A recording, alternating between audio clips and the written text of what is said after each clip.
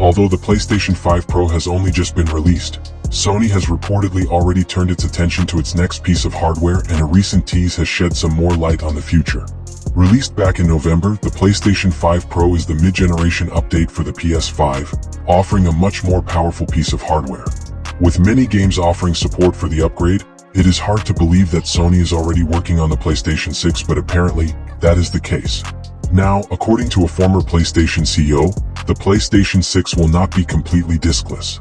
Appearing on the Kiwi Talks podcast earlier this week, Sean Layden revealed that Sony would have trouble launching its next console with fully digital being the only option.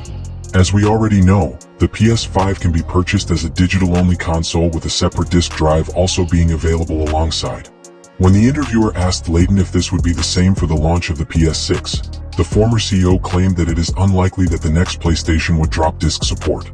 He goes on to explain that the PlayStation is the leading console in 170 countries, each with their own unique internet infrastructures, and so Sony wishes to make them as accessible as possible.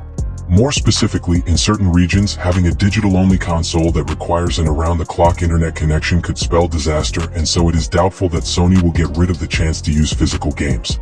As a result, Sony would need to consider how many players would be affected before they made such a big decision, and right now, it simply isn't feasible. Of course, Layden no longer works at PlayStation, so it is worth taking this news with a pinch of salt, but there is no denying that he makes a lot of sense.